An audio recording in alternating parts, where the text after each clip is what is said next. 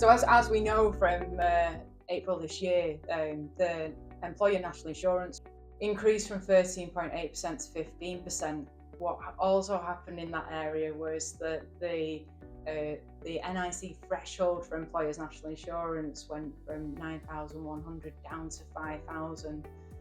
So that was quite a significant increase on a lot of employers, just those employers' costs. Just for an employee earning £40,000 a year, an employer's cost was an extra £985 a year increase, and that was a significant increase and impact for businesses. And salary exchange could have been a way of kind of reducing that cost.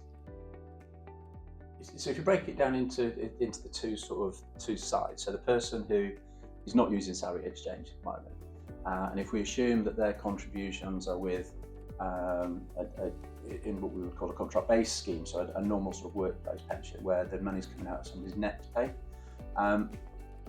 the company will pay the wages, tax and national insurance gets calculated, and then the member contribution comes out of their net pay. So using the 36,000 salary that you're saying there, that would be £120 that would come out of the individual's net pay.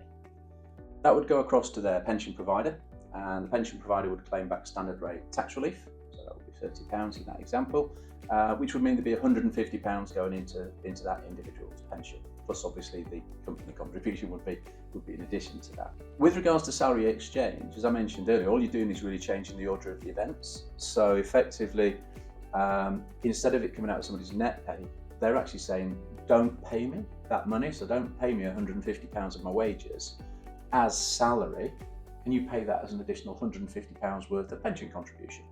So once that goes over to the provider, the member's got that same £150 that the person who's paying the normal rate would have got, but because they've had it paid through their salary, they're going to save tax at standard rate, just as the other person would. So they're going to save £30. And the national insurance saving they're going to get, which will be in addition to that, is going to be £12.